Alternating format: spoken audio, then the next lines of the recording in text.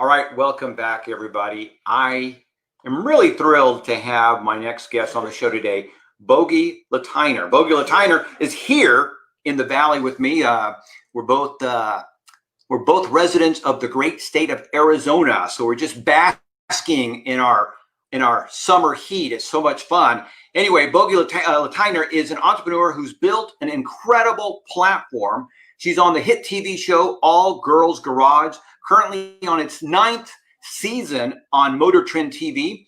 Before COVID, Bogi was traveling the country and doing workshops, teaching women on how to work on their vehicles, which is, I think, super important. You know, I happen to have 5 kids, 3 of which are girls, and we always try to get them to at least learn how to change their tire.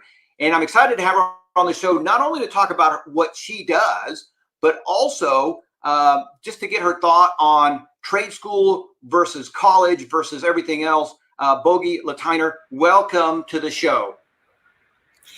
Thank you so much for having me. It's a pleasure to be here.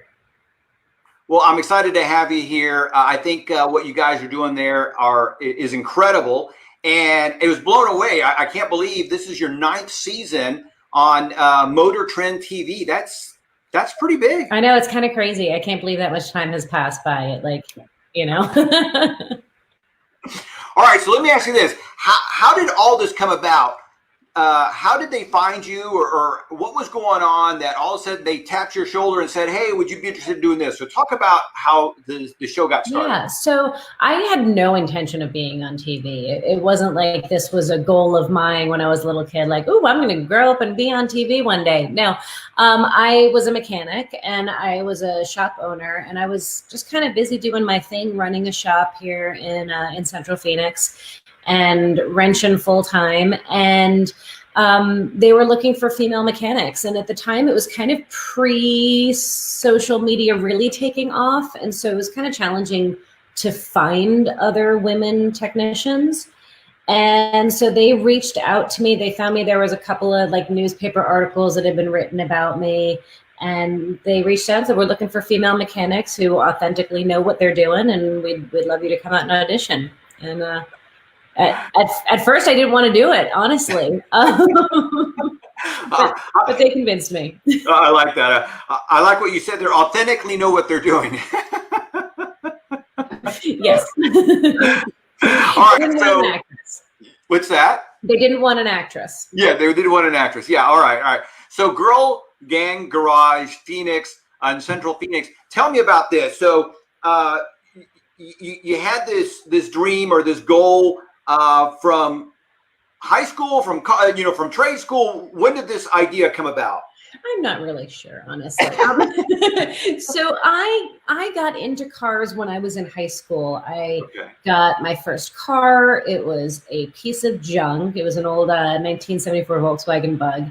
And they break a lot, first of all. So you kind of like have to know how to fix them. I feel like Volkswagen Bugs are the gateway drug into cars.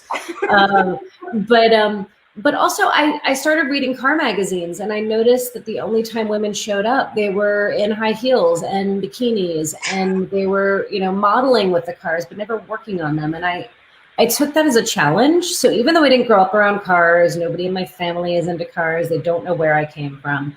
I took it as a challenge, and I decided that not only was I going to work on my own car, but I was going to restore my own car. And I knew nothing about cars, nothing. So I enrolled in high school auto shop, and I got a lot of pushback. And the more people pushed back and said, no, you shouldn't do this, either because I was a woman or because, as my guidance counselor said, you're smart, you can go to college. Which is horrible, really, in retrospect, right? As opposed to having somebody who's not smart working on your car or whatever else that they might work on, right? You want that? That's what a weird comment. It is. Well, it taps into this incredible bias that our society has against the blue collar trades and trades in general, and it's this idea that they are somehow less than. Right. And if you're smart, you go to college, and if you can't cut it there, then you go to a trade school. And that is a horribly outdated stereotype that needs to go away. Because our cars today, I don't know if you know this, but starting probably about 15, almost 20 years ago, high-end cars had more control modules in them than the first space shuttle. Wow. So cars are complicated. Like, our technicians today really are rocket scientists, and they need to be smart. They need to be both tactilely smart as well as cerebrally smart. And it's a different sort of thing. Not everybody's meant to sit in a cubicle. Some people are great with their hands, but yet we like to push kids into a certain direction and say that there's only one path for success. And that's, I think, doing our kids a real disservice. You know what? And I agree with that. I think it is I think it's a very, I don't know, misappropriated label or even strategy, because I think the way it started is, you know, whatever it was 100 years ago, where only certain kids got to go to college, you know, and then of course things changed and college was available to everyone.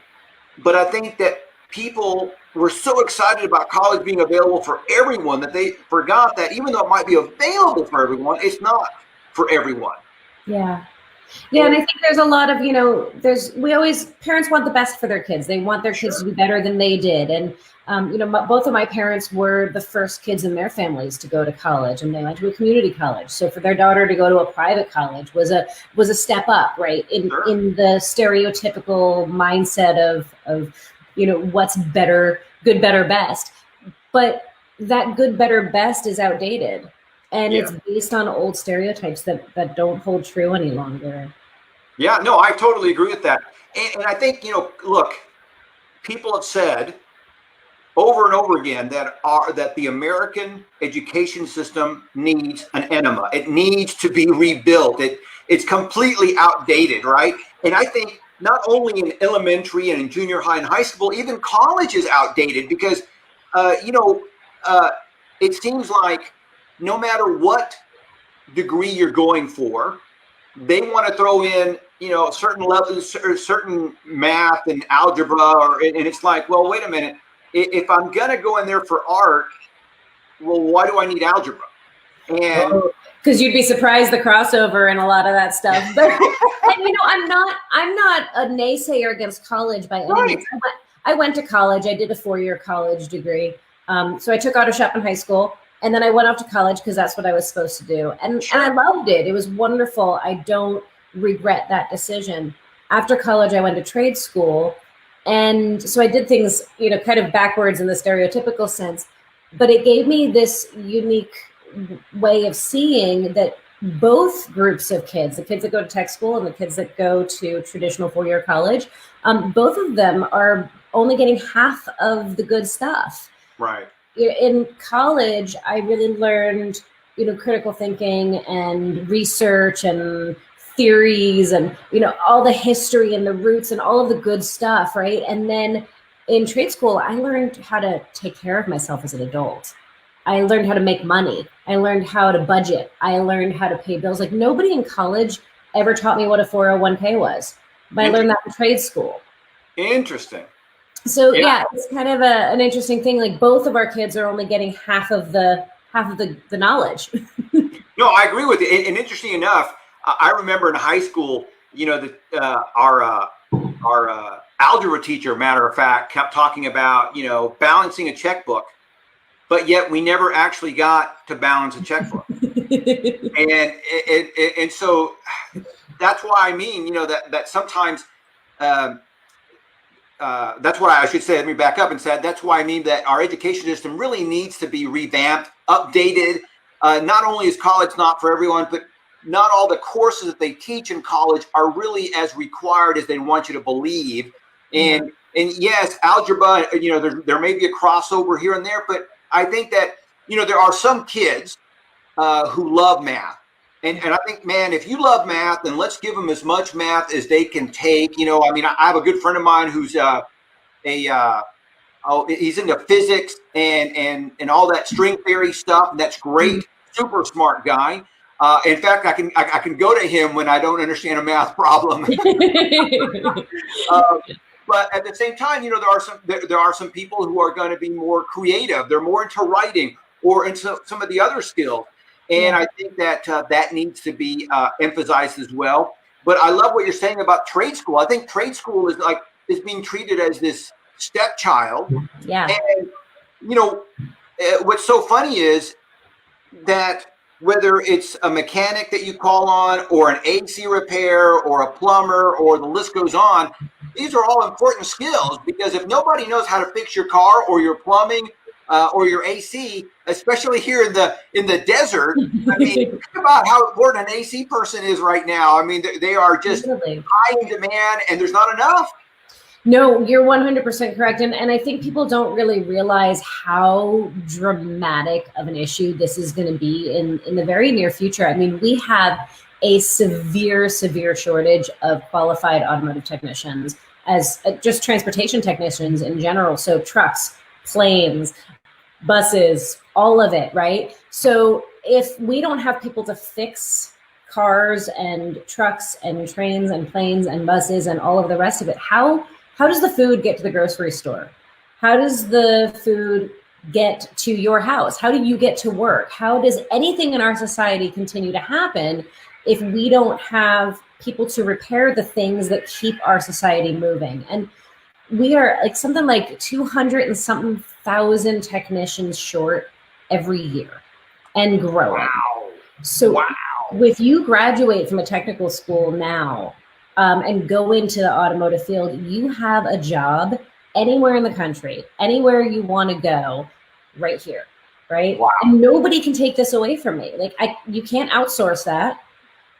You know, COVID happened, and all of a sudden, you know, most of my streams of income at this point have to do with social stuff, right? Car shows and teaching and speaking and events and that kind of stuff. So all of that dried up, but I could just go right back to fixing cars. So I was okay.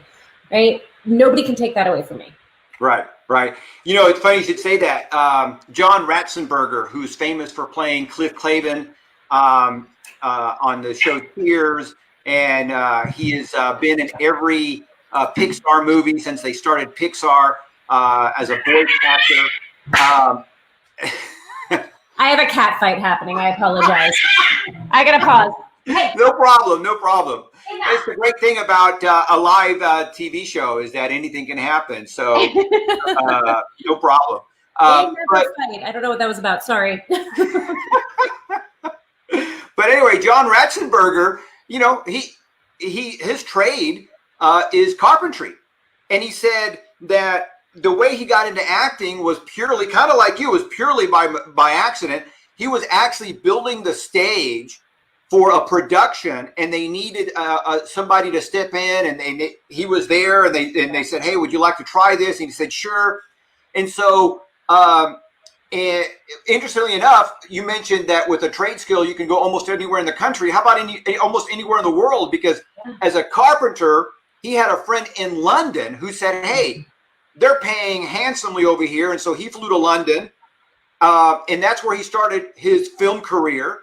And he was in Star Wars, of all things. He's got a scene in Star Wars. But anyway, he said that he fell in love with acting. But when he wasn't acting, he said, "I never worried about it. I said I would go back to being a carpenter."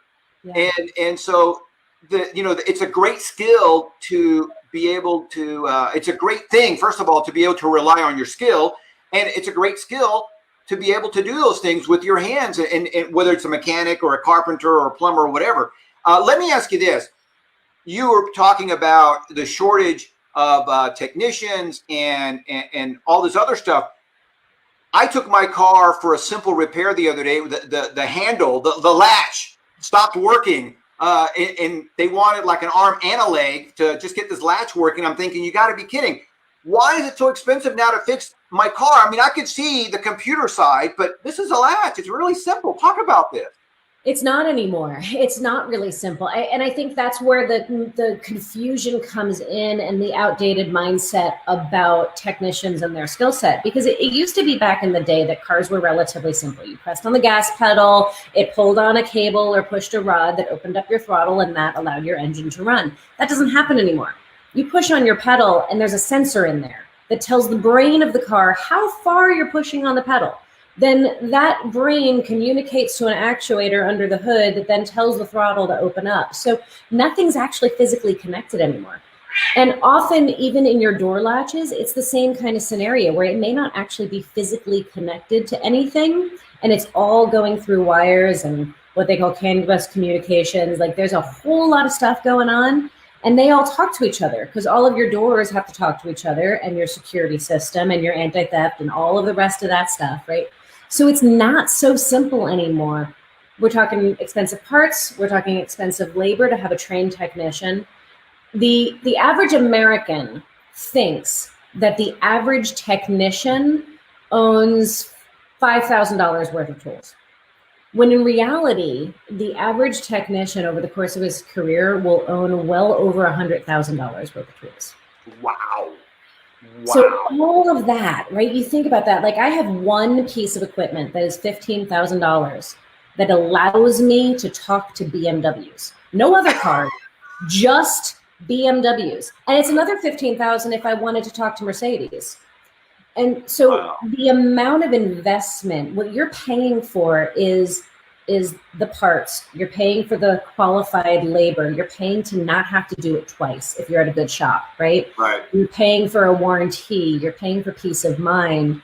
You're paying for a whole lot more than just a general repair. And I get that all the time. People say, well, why do spark plugs cost so much? It was only $190 on my 1980 Honda. Well, things have changed a bit. Right? Like, I have to take apart half of your car now sometimes to get to your spark plugs. And they're sometimes $30 to $40 to $50 a piece. So yeah. Everything's changed. Technology, it's the pros and the cons of technology, right? We get all the bells and the whistles. That's a whole lot more stuff to break, and it's expensive stuff. Well, and also, speaking of change, you have electric cars coming in hot and heavy. I mean, Tesla, Fisker, I think all the major car companies, Ford, BMW, Mercedes, Chevy, they all have a version of some either electric, full electric, or part or hybrid. Yeah. So that's all different. Yeah. Technology is changing so quickly. Like, you're never done with schooling when you're a technician, and that's both the curse and the blessing. Sure. Like, there's always something new and something exciting for somebody who's considering a career in the trades or career in automotive. Like, you're never done learning. You're always growing. You're always learning something new. I've been doing this for 20 years, and I still come across stuff where I'm like, oh, that's cool. Didn't know that. Right? Yeah, that's the first time I've ever seen that. Yeah. Well, you know what? The other side of that, though, is that it makes it exciting. It keeps your career fresh. That you're always learning something new. And so I like that. That's one of the things that I like about marketing, is that there's always something new to learn. There's, we're getting more information about how, as consumers, how consumers think, and how now we can reach consumers on their cell phone, or on Twitter, on Facebook. There's so many different ways to reach them, and you can do so many different things. And you can reach only women, only men, certain ages, certain schools. It just there's so much you can do, and technology keeps changing and keeps making that different, right? Yeah. I think, honestly, the thing that attracted me to being an automotive technician was the same thing ultimately that attracted me to being an entrepreneur, because I'm a serial entrepreneur as well. And it's the same thing. It's that constantly a new challenge, constantly pushing yourself, constantly thinking outside of the box and looking at problems differently. And I really, when I became a shop owner, when I became a business owner, I had to realize that my diagnostic skills as a technician really played into being able to diagnose my business, right? Because people don't necessarily know how to do that. You're starting at the top. What are the symptoms? What could be the causes of it? All right, let's test that. Let's analyze that. Let's look at this until we get down to the heart of, oh, this is the problem with my business, or, oh, this is the problem with my car. It's the same process. And it's just as rewarding. It's just as satisfying to be able to have a new problem that you haven't seen before, and roll up your sleeves and dig in and get creative and put your brain and your hands and everything into it and get that solution at the end of the day. Yeah, absolutely. And what's incredible about what you just said is that entrepreneurs are nothing more than problem solvers. That's really what we get paid bucks for, right? I mean, I need my car fixed. I'm going to go to Bogi's garage. I need, I need whatever, XYZ. You find the entrepreneur that knows XYZ, and that's what they do. They solve problems. And so people, it's so funny because people sometimes, shy away from problems or think or we've been taught to think that problems are bad, but problems, that's where the profit is.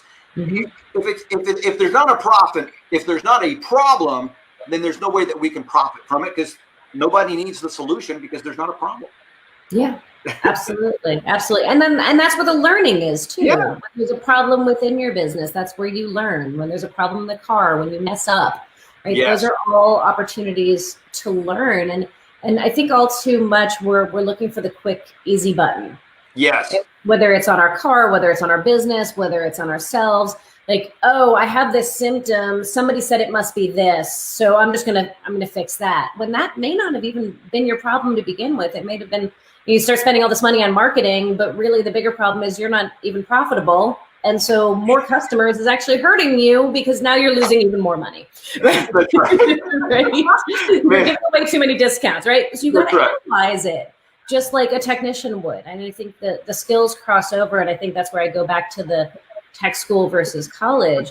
Like, we need both of those skills to be able to work hand in hand, problem solving and technical and communicating from your brain to your hand and being able to look at things analytically and creatively. I think all of it comes into play.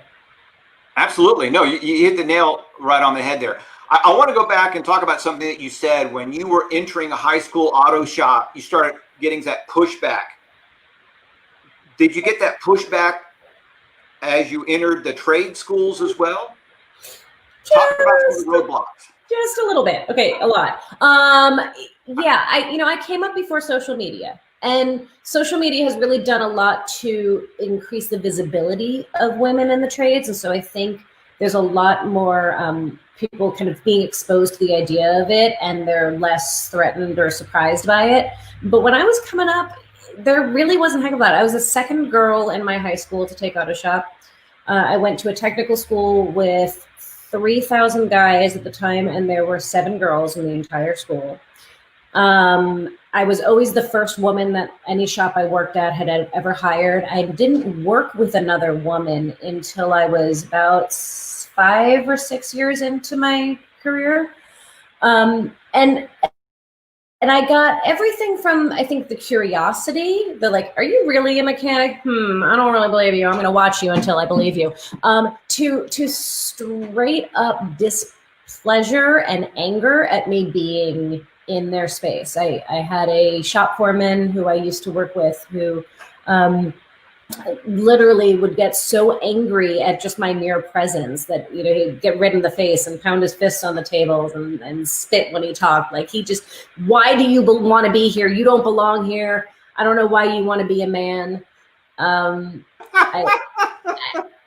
had people tell me that they would never hire a girl to work in the shop. I've had people tell me that that they they don't understand why I want to be a man, that they don't feel like they should hire a woman, that women shouldn't be there. So I've gotten kind of all of it. I think it's changing. I think a lot of it still exists. I think there's definitely still a lot of challenges that women in the industry face. And I think the important kind of takeaway that I kind of try to share with other women coming into the industry is that, I don't want to sugarcoat it. It is not necessarily an easy path. Being one of a minority is never a smooth sailing path. However, if you know that going into it and you really want to do it, there are a lot of phenomenal shops and phenomenal folks out there. I had some amazing male mentors and amazing male allies. And every shop I went to, there may have been the one a-hole who treated me horribly, but there were also a ton of allies who were cheering me on and who were supportive, or who just didn't care if I was male or female. They just wanted a good technician in that position. Right. And so you find your allies and you find the good shops and you push and you push and you push and you push to be your best. and you keep going and you don't ever give up and you don't let those naysayers intimidate you, but instead you use them to fuel your fire to prove them wrong. Yeah, yeah. You know what? And I'm grateful. As I said earlier, we have 5 kids, 3 girls, and so I'm grateful that nowadays there are, I think, females in every category that you can think of. And I remember back in the day when the first female sports anchor was on TV and the amount of heat that she got, it's like, and everybody's waiting for her to mess up, right? And there's all this attention on her. She better bring her A game. And now it's commonplace. It is. I mean, it's still a minority, and there's still challenges. And I would say that the trades have been kind of the slowest. Sure.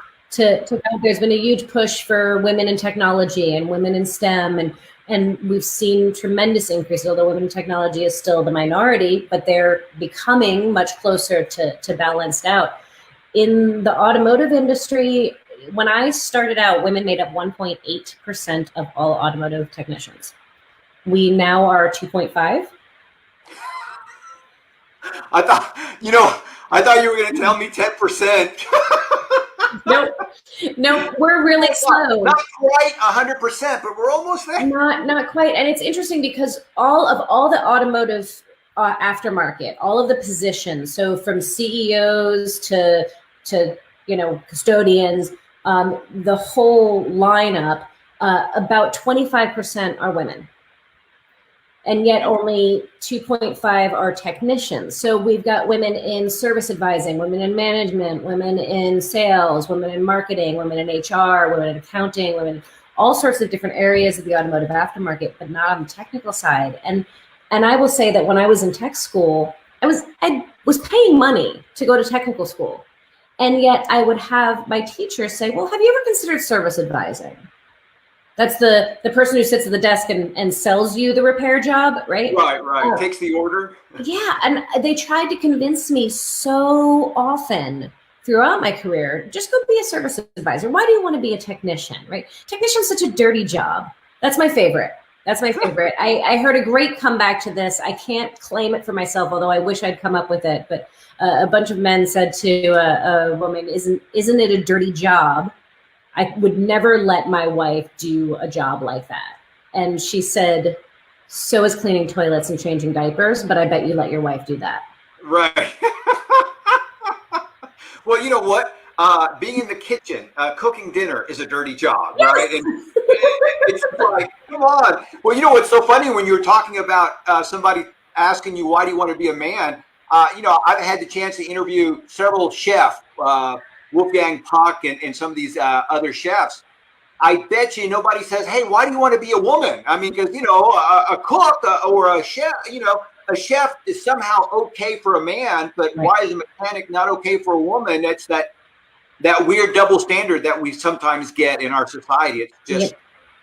Yep. It's outdated stereotypes. It's outdated perceptions of things. Yeah, absolutely. And it's unfortunate that it takes so long because you have some of these guys that are knuckleheads and are outdated. And unfortunately, it's going to be a few more years before they die off. I'm glad you said it, not me. No, it's true, though. I think change happens generationally, and it never happens as quickly as we'd like it to. And it's sometimes hard to remember. I started out on this path to be a technician and be a shop owner, and then it's become really a life goal to make the life of women coming up after me a little easier than the way I had it. And so it's really my life's passion to increase women in the trades, increase visibility of women in the trades, and improve their reception within the industry.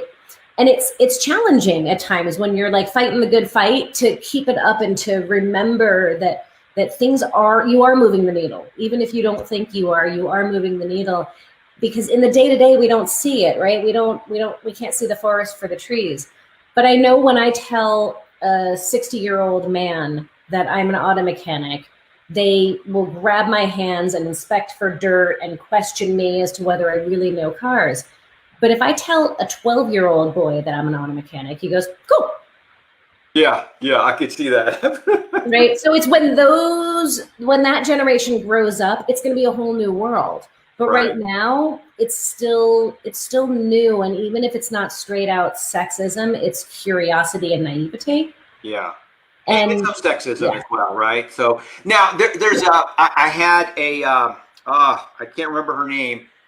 She's the CEO of a company called Ask Patty.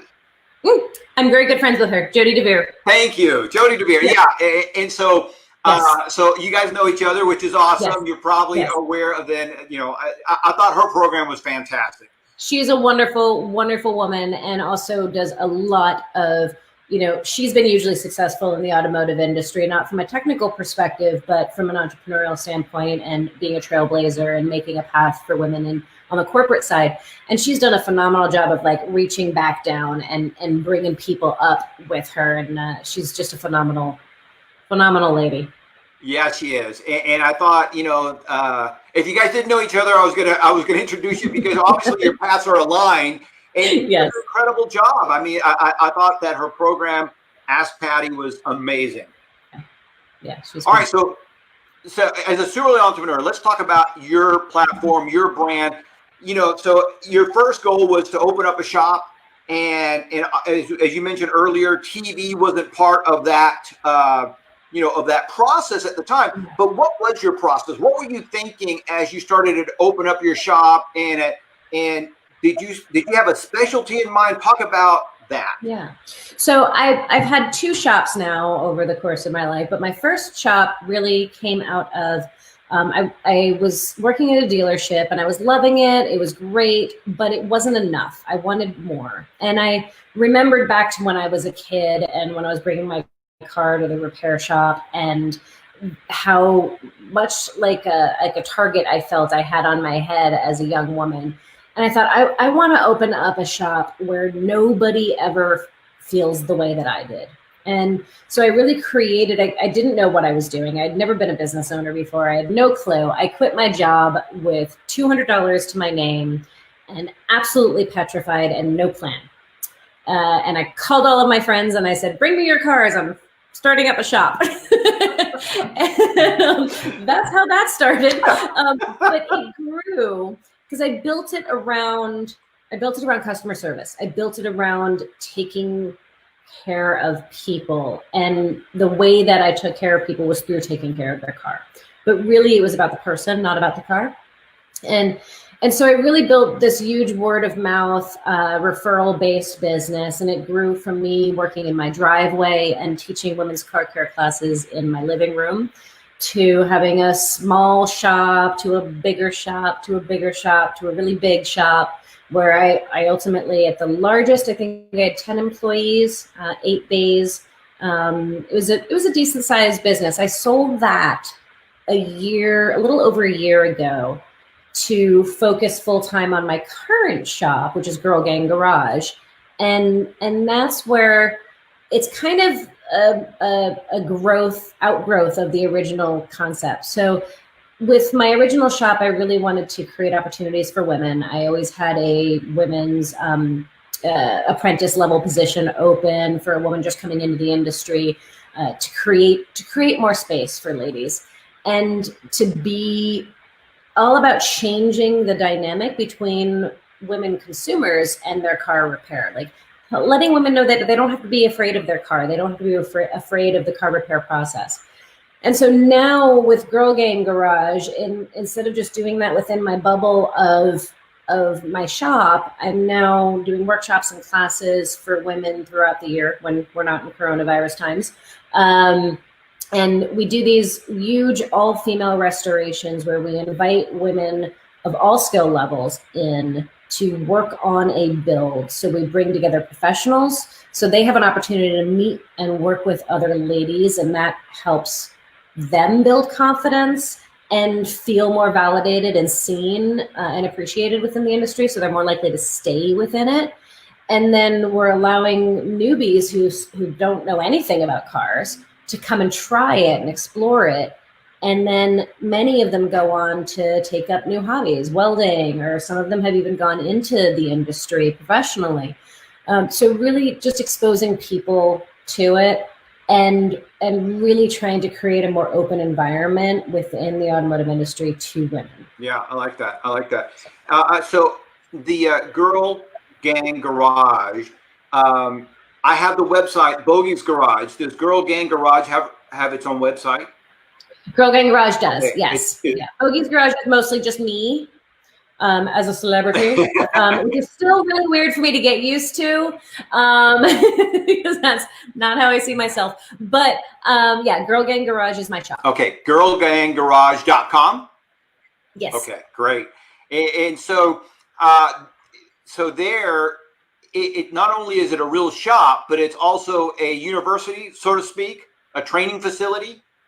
Yes and no. I mean, we're not like accredited. We don't, you don't get any certificates or anything. You get experience, and really it's about the connection and the community building. And, a lot of the ladies who come to the shop to take part in the builds or the classes, they've expressed that it's a coming home. Sure. They're finally around other women who they can relate to. One woman who came out, she called me up before she came out, and she said, Bogi, I'm 40 years old and I have never met another woman like me. There is no way that I am missing this opportunity to come out and work on this build with you guys. And so it is a lot of times, especially on the all-female builds, because we get professionals that come from all over the country. They come in, and from the moment they walk in, they're like, oh my God, sisters, right? Like we all share the same stories and the same experiences. And so there's this instant connection. And then that becomes a network of support all over the country that people have continuing throughout their career. So it's an interesting space. We're not open to the public. We don't do general repairs on cars at the moment. But we have regular classes, and then we have the all-female build. So there's constantly opportunities for people to come in and learn and try things. Because how often does the average Jane Doe get a chance to try plasma cutting or try welding or see if she likes it? Unless she's had somebody in her family or her life that does this stuff, the average woman doesn't get to touch these tools and say, oh my gosh, I like this. This is awesome. I want to do more, right? So that's what it's all about. Well, you know what? And I'd say even the average guy doesn't get to play with those tools. I mean, plasma cutting, I want to try that. It's so much fun. You're cutting metal with fire. I mean, That's come on. it. I mean, I want to build something. I'd love to come, but you're right, and back to what you were saying about, hey, you may not be accredited or whatever. However, experience builds confidence. And let me tell you, that's so much more important than a certificate or an accreditation, because, somebody with confidence, that confidence shows through the interview. That confidence shows through the consumer.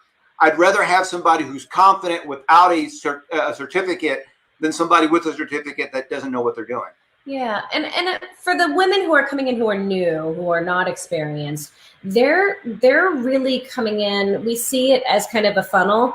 So we're just giving them the ability to touch and feel and try and try it on, right? Like you try on a pair of shoes, try on welding, try on body work, try on paint, try on mechanical, try on electrical, see if you like it.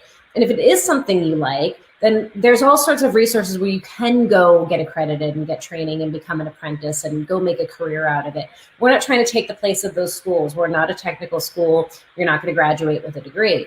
But what we are going to do is create an opportunity for you to explore, which is something that we don't often get the opportunity to do in a safe and non-judgy environment.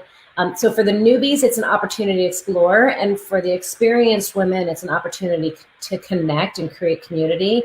And then there's so much mentorship and friendship and just amazingness that comes out of it that it's difficult to put into words, to be honest. Sure. Well, you know what? And what you're doing there is vitally important. The idea to go there and experiment. We as a society have forgotten the importance of experimenting.